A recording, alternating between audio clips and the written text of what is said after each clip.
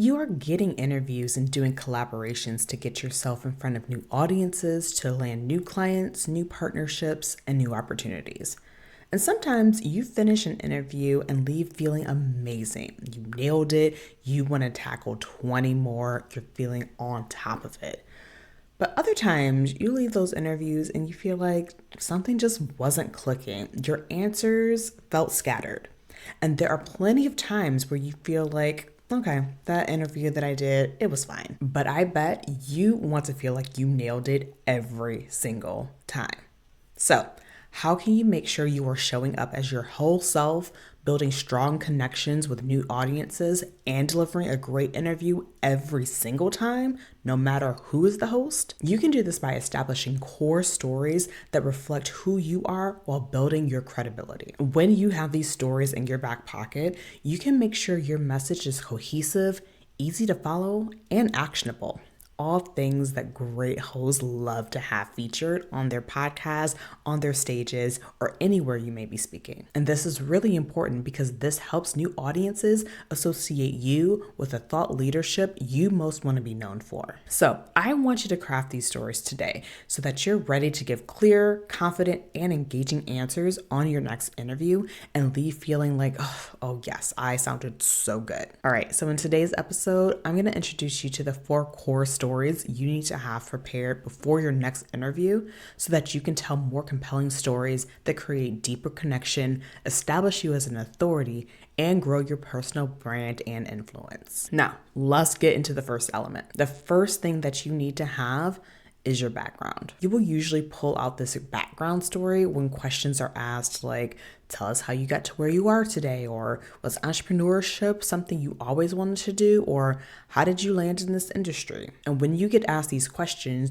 you tend to do one of 2 things. You either rush through your story, ignoring the details and leaving behind major plot points, or you end up going down rabbit holes, losing the initial point, leaving your background story feeling disjointed and honestly a bit too much. Framing your background and experience intentionally will help you show your new audience what's possible and why they should listen and learn specifically from you. By having a structure for how to talk about your background, you also make sure old and new audiences alike know you for the same thing. Plus, your background gives context to the rest of the interview, especially when this question comes up in the beginning of the episode. Telling your background story in a compelling way lets listeners know why they should stick around for the full hour, whether it's the first or the 50th interview with you that they've heard. Take me for example. There are thousands of people who work in marketing and help coaches and consultants, and who promise to help attract more clients. But there aren't many people saying that they worked in the concrete industry first, saying that they make concrete sound interesting. So when I'm asked something like, how did you get to where you are today? I make sure to highlight that unique experience. That's how I can leverage my background to stand out. You can do the same thing to stand out by following these steps. The first thing is to list your experiences and facts about your background that would make you different from others, give you credibility, or help you to relate to people. Are you a money coach who paid off $100,000? Are you an online business manager who previously worked for a Fortune 100 company as an assistant? Did you transition from a corporate career to entrepreneurship without a plan but were still able to make a successful business? What is the thing that is always getting people wanting to ask more questions about you? After you've thought about this, I want you to write out or voice note that story for yourself. Give details as if you were being interviewed about this aspect. If you paid off $100,000, answer the questions of how you got into debt in the first place. How did you feel about it? What steps did you take to get out of it? The next thing I want you to do is think about why this perspective is something that people need to hear. Why do people need to know that I worked in concrete?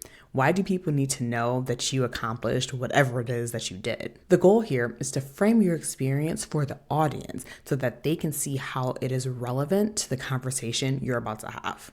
Taking these steps will ensure that the next time you answer the question, tell me about yourself, you position yourself and your background as relevant and establish your credibility on the subject.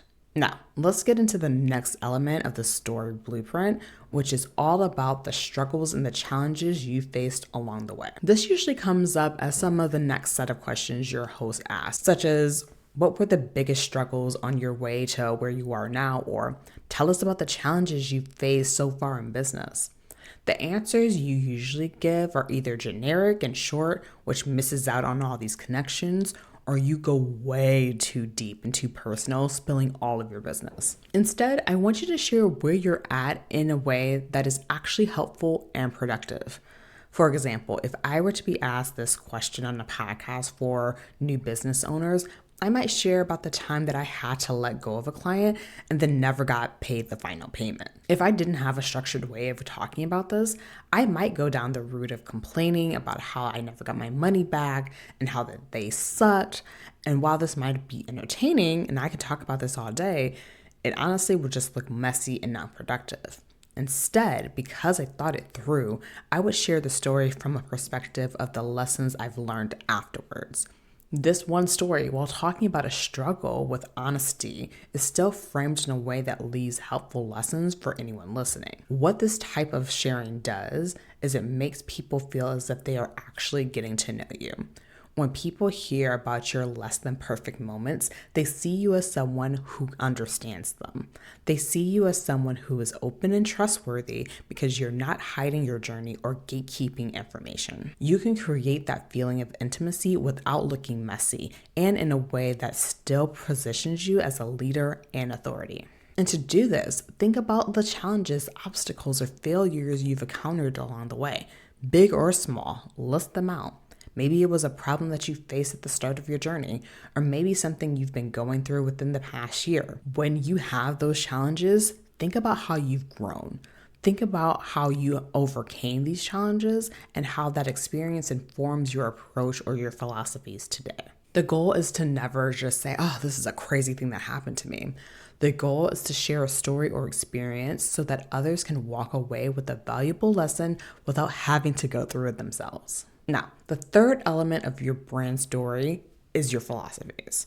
I wouldn't be a good marketing person if I didn't tell you to share what you believe in your marketing. Now, this aspect usually comes up in interviews and talks with questions like, what do you wish more people understood about what you do? Or what hill are you willing to die on? A lot of times you answer this question in a random way, in a way that is not connected to the rest of the interview. Instead, it's on a tangent and rabbit holes that come from the first idea that pops into your head. A random response can seem fun in the moment, but it can also take a little bit away of the strength of your main message. Instead, you should see these questions as opportunities to show philosophies and explain how they all tie back to what it is that you do, how you got there, and what you've learned. To prepare your core philosophies, the things that you're willing to fight for, you need to keep in mind the topic that you pitch for the interview that you're on. If you're invited to a podcast to discuss student loans, maybe don't bring up NFTs or Bitcoin out of the blue. Instead, choose something related to loan repayment that you feel strongly about. For example, maybe you believe people should deprioritize debt payments. To answer questions about your hot takes and philosophies effectively, you'll have to spend time being clear on what opinions you actually have. The goal here is to think in advance of the interview of what topics or opinions you can share that fall in line with the overall interview.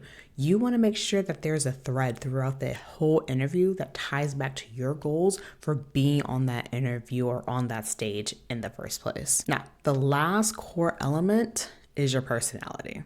This is the piece that should be present throughout the whole interview, no matter the question. You want to show personality the whole time rather than having it be something that you force and turn on and turn off. However, there are some questions that might prompt you to bring what you think people mean by personality, such as questions like, oh, what's a fun fact about yourself? Again, you might end up answering this with something random, something unrelated to your main message. For example, if I answer this question by discussing how I'm one promotion away from a black belt in karate, or how I was almost recruited for a professional dance troupe, I'd honestly have a hard time tying it back to marketing because I never talk about these things. Or it probably never even came up in my interview at all. Of course, these would be fun topics. We can talk about the karate. We could talk about my tap dancing. but they would be coming out of left field because we weren't talking about childhood or dance at any point before this in the interview or in the talk. If I wanted to answer the fun fact question in a way that was still fun but very much connected to my work, I would say something like, when I used to work in concrete, I was in charge of picking out all of the gifts for people that we had meetings with. And one time, I was in charge of picking out the gift for a princess because we were going to meet with royalty. The subsequent story I can dive into is related to marketing services and the rest of the messaging that I share throughout the episode about being intentional, being on brand, knowing your audience, and how does one know what type of gift to give for a princess. So for you, the best way to start to show off your personality and tell a quote fun fact is to identify stories or facts that are relevant to your work, expertise, or the specific topic discussed in the interview. Say that you're a professional speaker and you help other people get into professional speaking and adding that to their career. Maybe your fun fact is that you wear a purple cowboy hat when you start every talk. It's cool, it's fun, but when you tell the story, you also ingrain that doing this helps you to stand out in front of other speakers, it helps you create a brand, and it simply shows how fun you are. All things relevant to someone wanting to start a career in speaking. Now, you want to do this for yourself, think about the things that you do that nobody else does. Then you'll need to find natural opportunities to weave in these personal touches in a way that supports your main message or reinforces your credibility. If you take the time to intentionally prepare the core stories that make up your personal brand narrative, your background, your challenges, philosophies, and personality, you'll be able to show up as your full, authentic self in every interview opportunity that you have. Instead of winging it or giving disjointed responses, you'll have a cohesive through line that naturally guides the conversation back to your expertise. Your stories will build upon each other, helping the audience connect the dots between your expertise, perspectives, and the value that you provide. If you map out and prepare these core stories before every guest opportunity, you will get more out of every interview. By pulling together how you talk about your background, your challenges, philosophies, and personality, your interview responses will be more cohesive, clear, and actionable. Your new audience will feel more connected to you while fully understanding the credibility and authority that you have in your industry. When I work with my clients one-on-one, the ones who are really looking forward to putting themselves out there, getting in front of new audiences and building their brand, these are the core things that I work on. I help them to go through every single aspect. So every time that they are guest podcasting, every time that they are setting themselves up to go and give talks, they are ready. They know exactly what it is that they're going to say. And they know that they are doing a great job at building up their brand so that they can hit more people within their audience. If you are interested in doing this type of work and getting in front of more stages, and when you're doing podcast interviews, knowing exactly what it is that you need to say to really get in front of the audiences and have them think that, yes, this is the person I need to work with, go to the show notes and book a call to work with me one-on-one. This is the core thing that I help people do so that every time you give an interview, every time you give a talk, you feel as if, yes, I nailed that. I know exactly what I'm saying, and that the people that I'm talking to are going to get so much out of it and want to work with me. All right, y'all. Until next time, I'll talk to you soon. If you want more marketing that works right in your inbox, head to the show notes and sign up for the email list. You'll be the first to know how you can work with me on mastering your marketing.